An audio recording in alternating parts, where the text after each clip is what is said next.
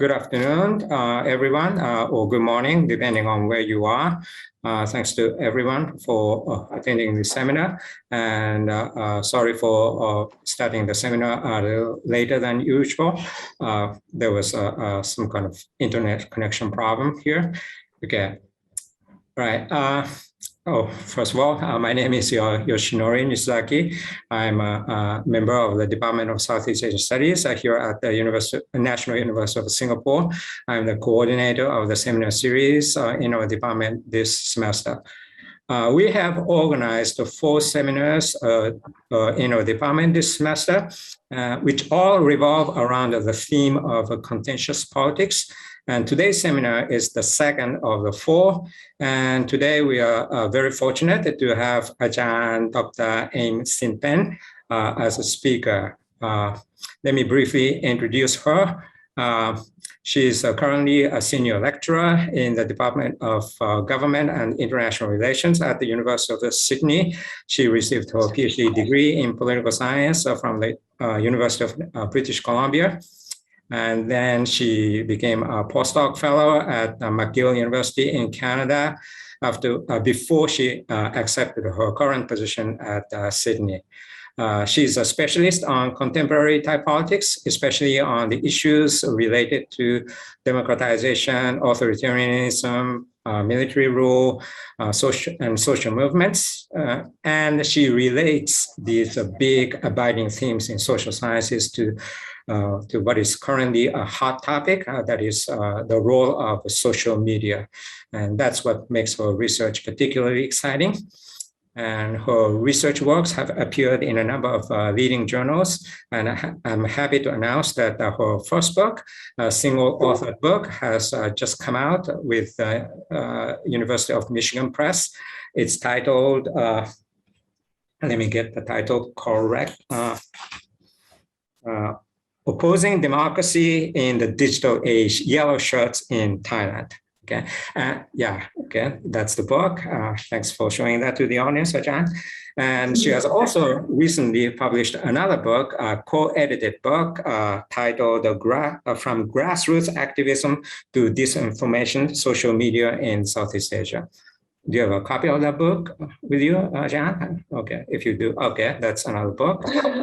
Congratulations. Okay. Today, she's going to talk about how the Thai military has tried to control cyberspace in which anti-regime and anti-monarchical discourse has proliferated in recent years. And that's an extremely important and timely topic. And reflecting its importance and timeliness, a lot of people have signed up for this talk. So thanks to Ajahn for attracting a big audience. Okay, we look forward to your talk. Okay, so without further ado, let me hand this over to you. But in terms of procedure, this talk is going to, as is usually the case, this talk is going to last for 45 minutes to be followed by another 45 minutes of Q&A. If any of you in the audience has any question to ask, you don't have to write it and send it to me. Just send a short message to me to say you have a question, and then I'll call on you during the Q&A. Right.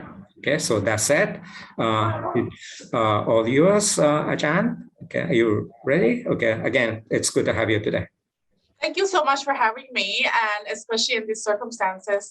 What I mean is that I actually have a baby here, Gabrielle, and she might show up here at some point. I hope that's all right.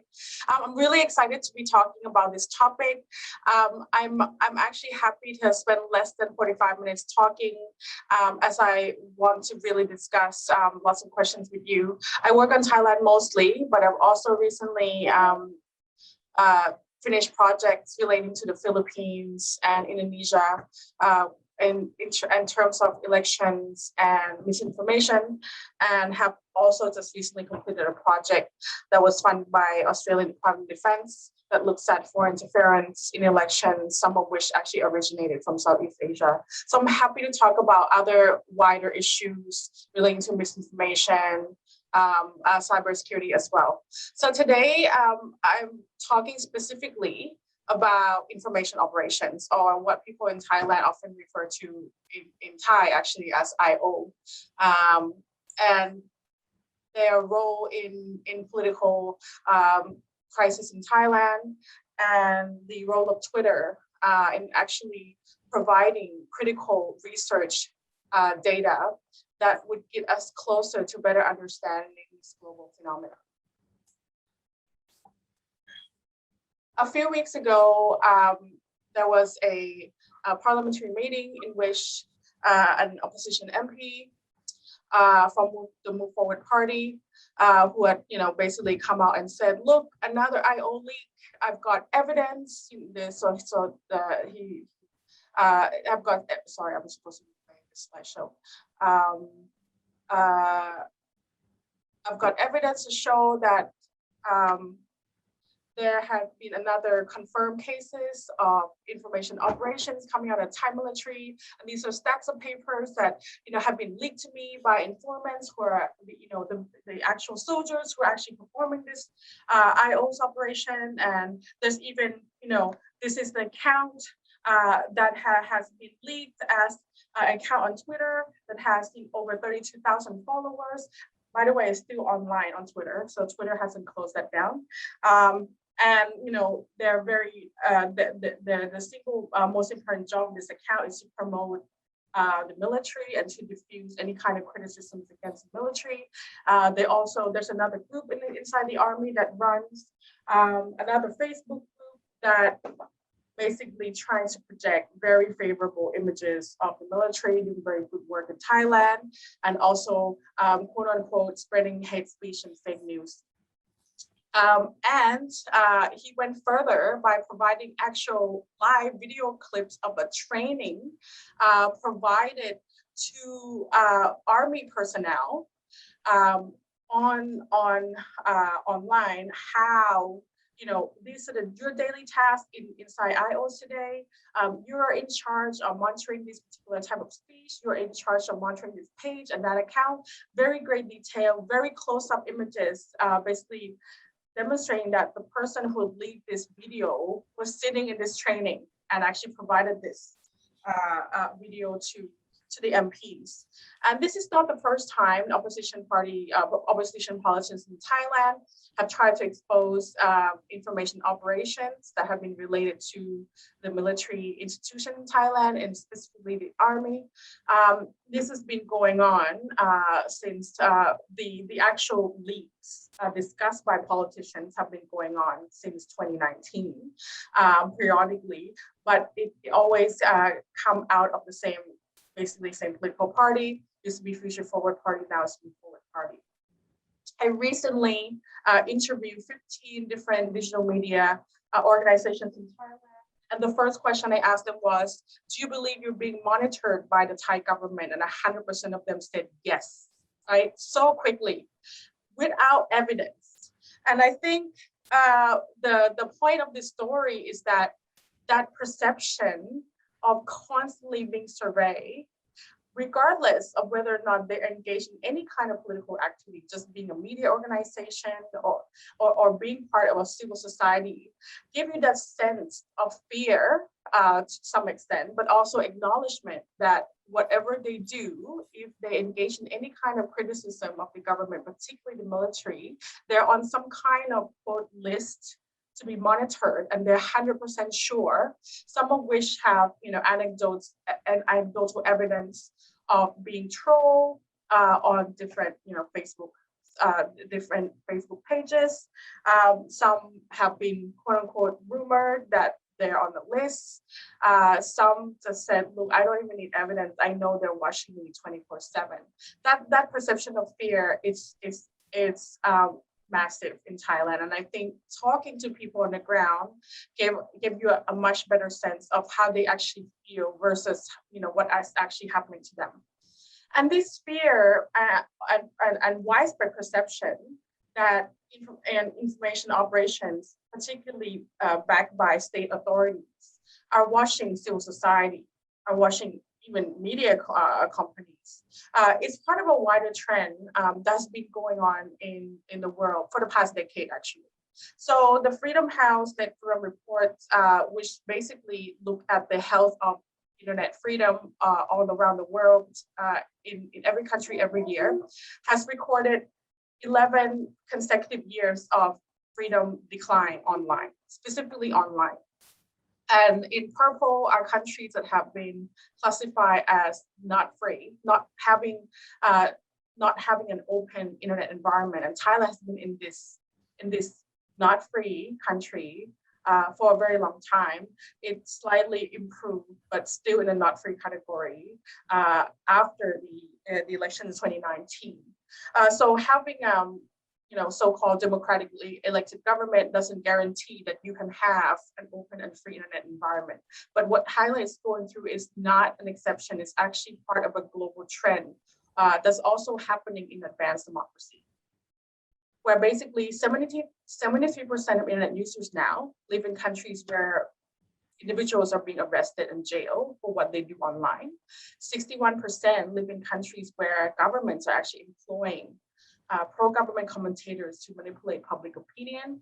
And 34% of the people now live in countries where access to social media platforms have either been temporarily shut down or permanently restricted. So, and the pandemic actually has accelerated significantly the surveillance powers of government to control information, often quote unquote in the interest of national security and the public health. And we are more online than ever.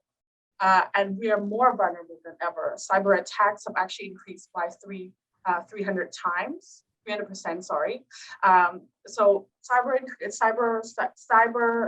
attacks are up, cyber surveillance up as well.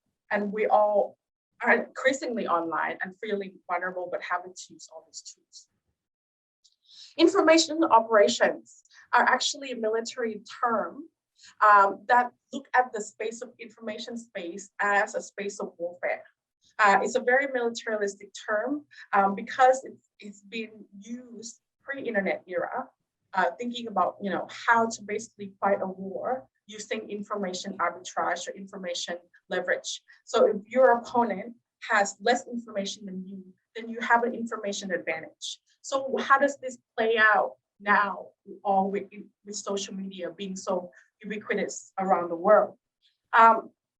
Basically, information operations in today's understanding, or IOs in today's understanding, is basically the tactical information about an adversary, and that adversary could be a state, could be citizens of your own country, opposition party, opposition politician, to disseminate propaganda so that you, as the state or the military organization or wherever you are, can gain an information advantage. Recently, sorry, 1 second. And usually in the information operations space, there are three main issues. The first is the use of this information. And this information, as you all know, is basically falsely or misleading information that is on purpose, right? So the only difference between misinformation, disinformation is the issue of intent, is purposely misleading others. And in IOs, is organized, coordinated disinformation campaign. So it's been organized and coordinated so that it's actually a campaign and not just somebody say something that's false. Surveillance tools, surveillance technologies, digital surveillance technologies have been increasingly used both in authoritarian and democratic countries. China has been the leading provider and actually innovator of some of the recent digital surveillance technologies that are being sold to lots of countries around the world, but particularly authoritarian regimes like Thailand. Thailand is one of the biggest clients of digital surveillance technologies from China. And China, prior to the pandemic, has had a program in which they do train officials from other countries in how to use this technology as well. Propaganda, this is old news. I mean, authoritarian regimes engaged in all kinds of propaganda before, but it looks increasingly different in the world where social media is the main platform for news consumption in the rest of the countries. So what social media has done is that it's a game changer in how we understand information operation. It basically is a force multiplier. It just multiplies the ability for you to survey create propaganda and disinform others in lightning speed and globally and reach millions of people in basically per second. So social media is just an enabler of information operations. Agents of IOs, we often sometimes think of pictures of guys in military outfits, looking at a map. We think that agents of IOs come from the states, especially authoritarian states. They may come from military units, cyber unit, which is in the police, sometimes the quasi-cyber paramilitary, but there's also lots of non-state actors, and in fact, sophisticated information operations do not have direct link to states. Obviously, the state doesn't want, no state wants to be found to be propagating disinformation campaigns or cyber attacks against opposition. So a number of tasks that are inside information operations can actually be outsourced to either non-state actors like digital media companies, actually PR companies, or bad actors for hire that you can get from the darknet, which there are many. And you can move servers around. You try to trace information, and the server is outside the country, is in another country, and then it bounces to another country, so that the jurisdiction of all these information operations can cross over 4 or 5 countries, which makes it increasingly very difficult to track, but also, to do anything about it. But the biggest challenge for us researchers in trying to understand information operations isn't that we don't know that they exist. We do know that they exist, right? I mean, people talk about it. You ask people, do you think that you're being surveyed? They said yes, the perception is there. They have seen, trolling comments. They have seen comments pop up on their organization's page where they shouldn't, clearly very pro-government. There have been a few leaks here and there, like in the case of Thailand. But the problem is there isn't a concrete data that you can hold, that isn't hearsay. And I think we can all agree now that we live in a time of complete opacity. He said, she said, you said fake news. No, that's wrong. You make this stuff up constantly in this very convoluted space where, even if you're confronting people with truth, they still don't believe you and said that, you're hiding something, right? We're in this really difficult space where trying to research something requires, very good, solid evidence. And even that, you still need to convince people that what you find matters. But just getting that data is extremely difficult.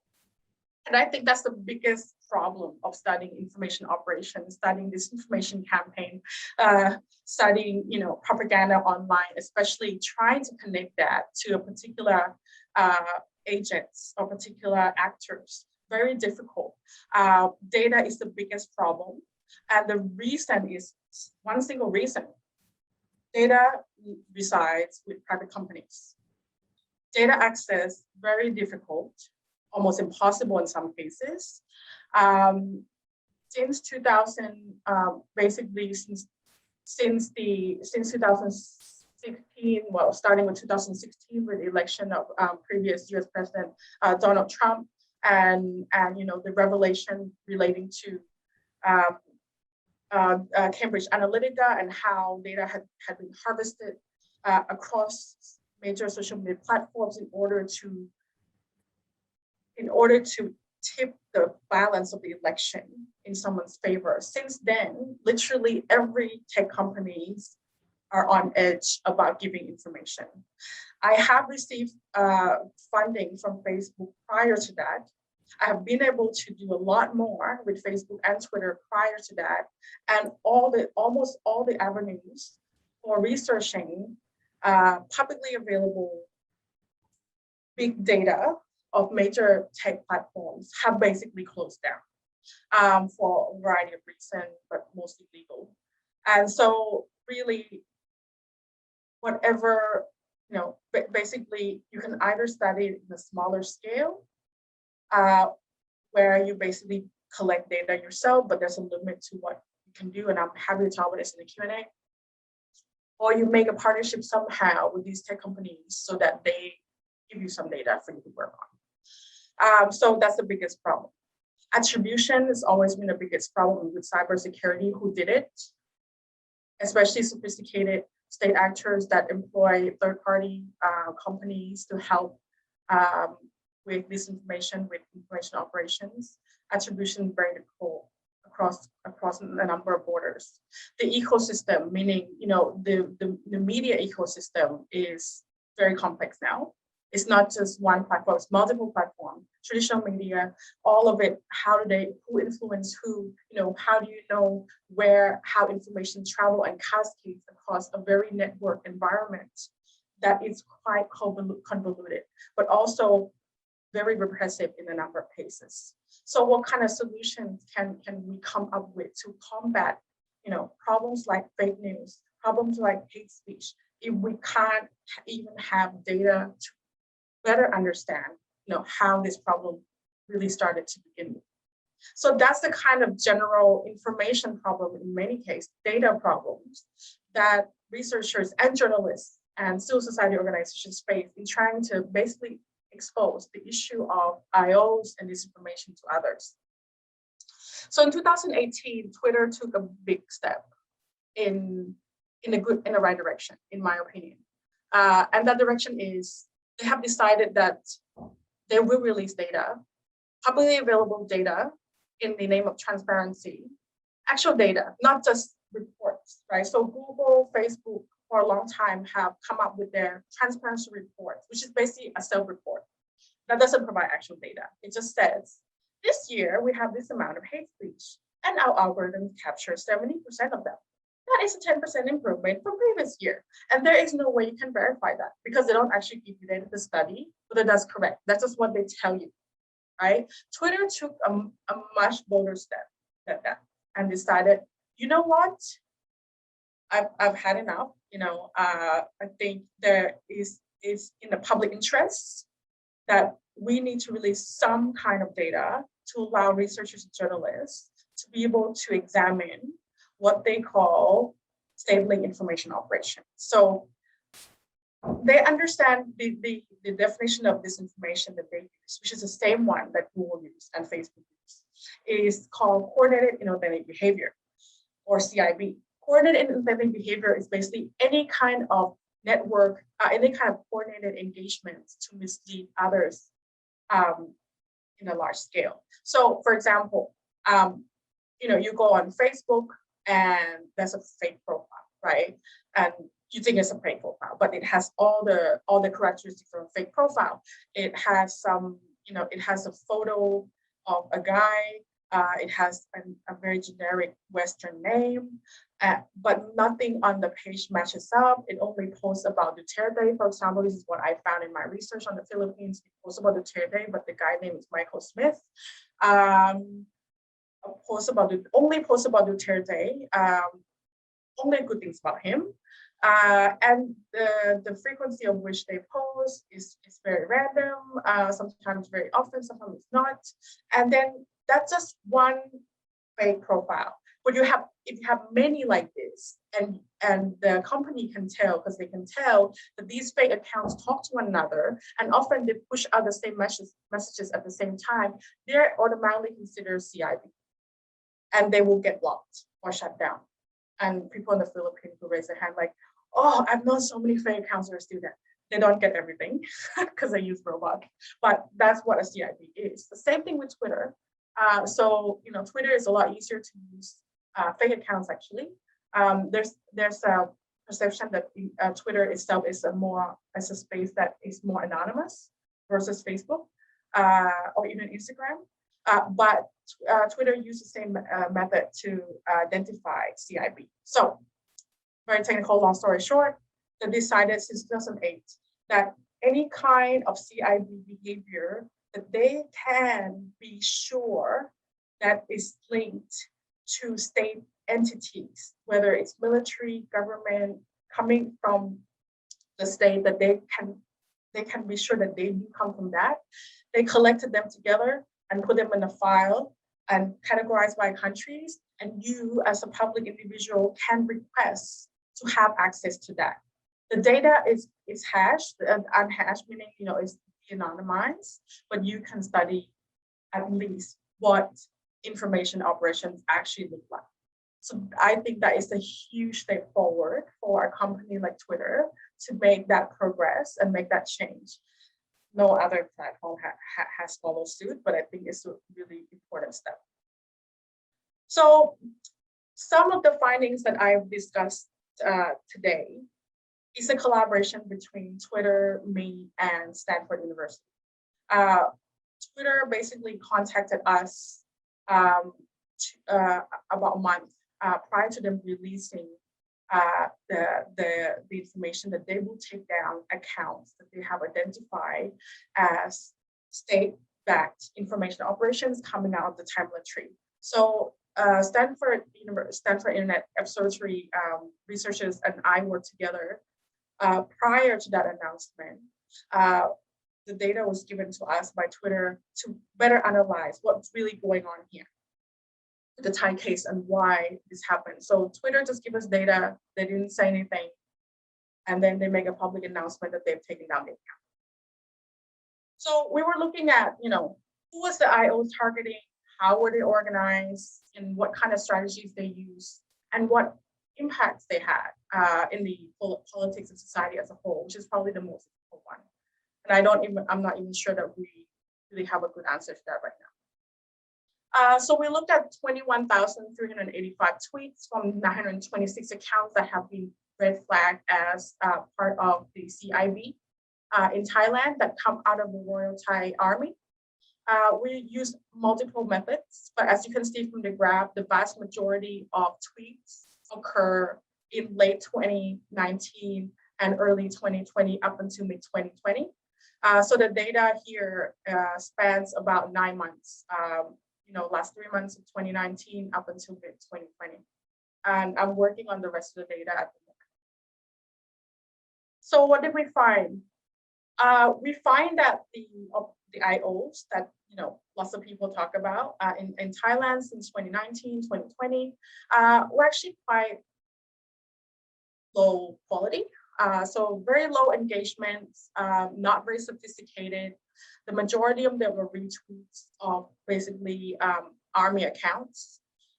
They lack any kind of sophisticated social marketing techniques that properly use hashtag or making, trying to increase engagement on Twitter.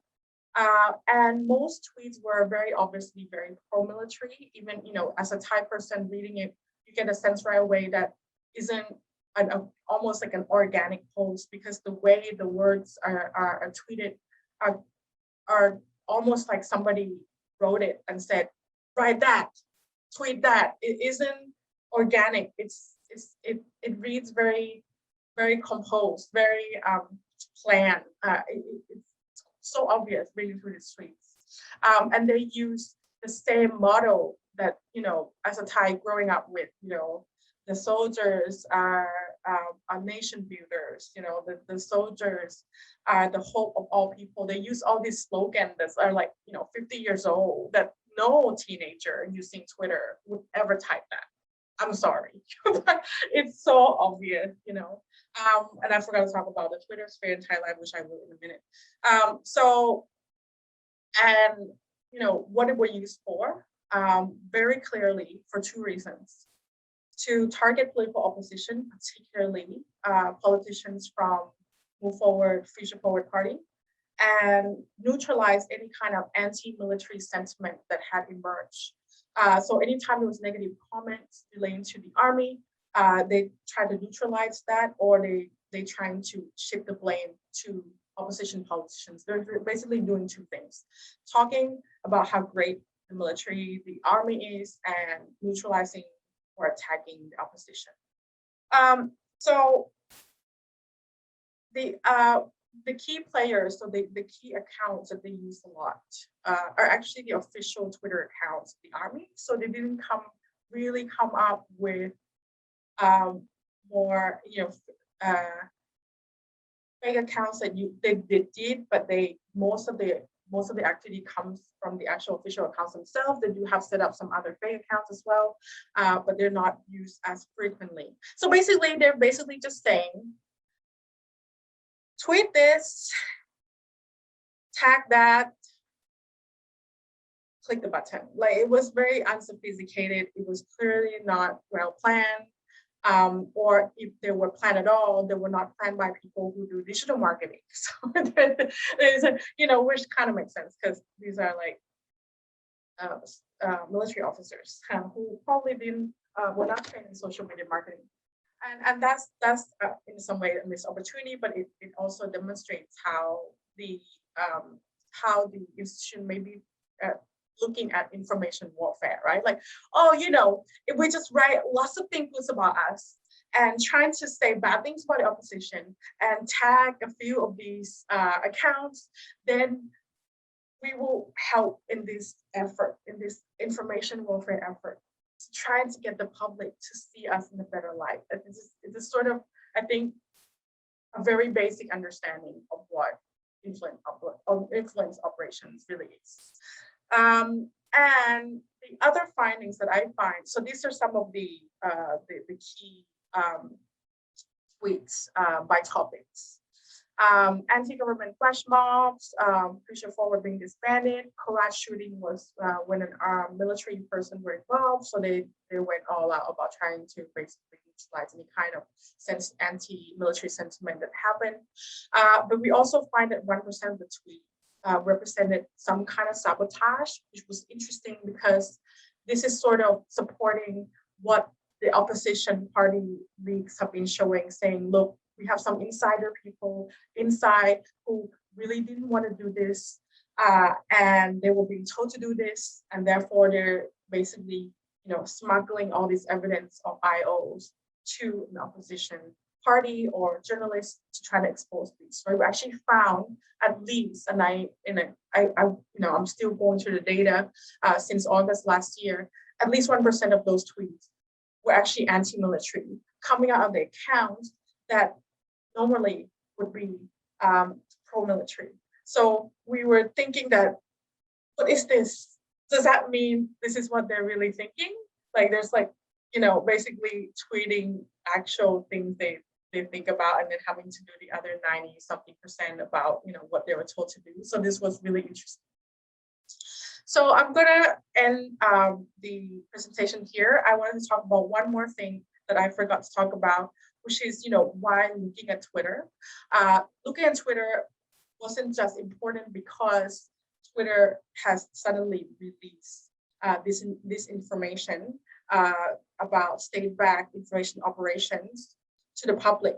But Twitter has become one of the most important platforms for political mobilization by the youth-led protesters since 2020. And the importance of Twitter in Thailand in particular is that Twitter has, even today, is still only the 5th most popular platform, social media platform in Thailand. But it has gained significant shares of users in the past 3 years. Twitter has the fastest user growth in Thailand out of all the Southeast Asian countries. And the vast majority of that growth comes from users between the age of 13 and 24. So this is Generation Z driving Twitter use in Thailand. But more importantly, up until 2020, Twitter was never used in any significant way for political mobilization. It was always a space for entertainment and mostly K-pop, to be honest. K-pop, Thai soul, entertainment. That's what Twitter was. And it had, and it has some selected following in particular professions such as journalists and some academics. But it was really, if you look at, 100 most popular Twitter accounts going all the way back to 2016, up until 2020, all entertainment and K-pop, all of it. 2020 came, students were out on the protest. 23% of the top 100 Twitter accounts were protest accounts. Massive shift between 2019 and 2020, and it's still going on. And that blend of the very young Gen Z driven kind of youth digital culture, K-pop mixed with protests, that's what you see on the street. That's exactly what you saw on the street. You know, all kinds of you know, the use of different visuals and memes, reference to K-pop culture. Actually, K-pop groups on Twitter were some of the earliest and largest financiers of the early protests on the streets last year. They financed money to fund protests on the ground, K-pop groups, because that's what people in Twitter were doing. And I think what this I/O has shown to us, at least looking at the data, is that the Thai state really didn't understand what was happening on Twitter. They completely didn't understand digital culture in Thailand. They're using hashtags that normal Twitter users like Gen Z would never use. Cultural symbols, well, they didn't use any. Using military models that completely outdate. So what it shows to us is that it's not that the I/O was just not sophisticated, but they just didn't understand the culture that was going on Twitter in Thailand and probably the wider digital culture itself. So how does all of this, you know, demonstrates to us the impact of I/Os on actual protests that's been going on in Thailand since last year? So there's both good news and bad news. The good news is because of what we observe on Twitter, I think Twitter is still a really good space to build that, you know, critical digital culture in Thailand that's questioning what's happening, you know, providing critical space for discussion. Because clearly, even though the state I/Os are in the space, they're not doing a very good job of connecting with the majority of the Twitter users. So Twitter is still a very important and powerful tool, an effective tool to be able to use for networking and, you know, forming identities about what they want out of, you know, Thailand's future, what do they want for themselves. The bad news is that whatever we observe here is just probably one small slice of the entire I/O operations that on Facebook, that's more sophisticated on Facebook and in other realms of society as well. And it also demonstrates that, you know, the state is in this game. In fact, they have been in this game since 2014, but they really didn't ramp up their effort until 2019. So exposing this, being exposed by politicians didn't stop, this keep going. And there's a lot of learning involved. You know, just like any kind of digital marketing campaign, you do it, try to learn something, try to make it better. So I think Twitter space will still be open enough and sophisticated enough for young, critical-minded, progressive voices to use it to empower themselves and for collective action in the short term, medium term. Do I expect the state I/Os to get more sophisticated? Absolutely. And I mean, if they can recruit talents who are young from the Gen Z generation who agree with the ideology and philosophy of what the state is about, and they then take over I/O as opposed to using military personnel or state personnel who may completely be out of touch with the digital culture, that's when we need to get really good. So thank you so much, and I'm happy to do a Q&A.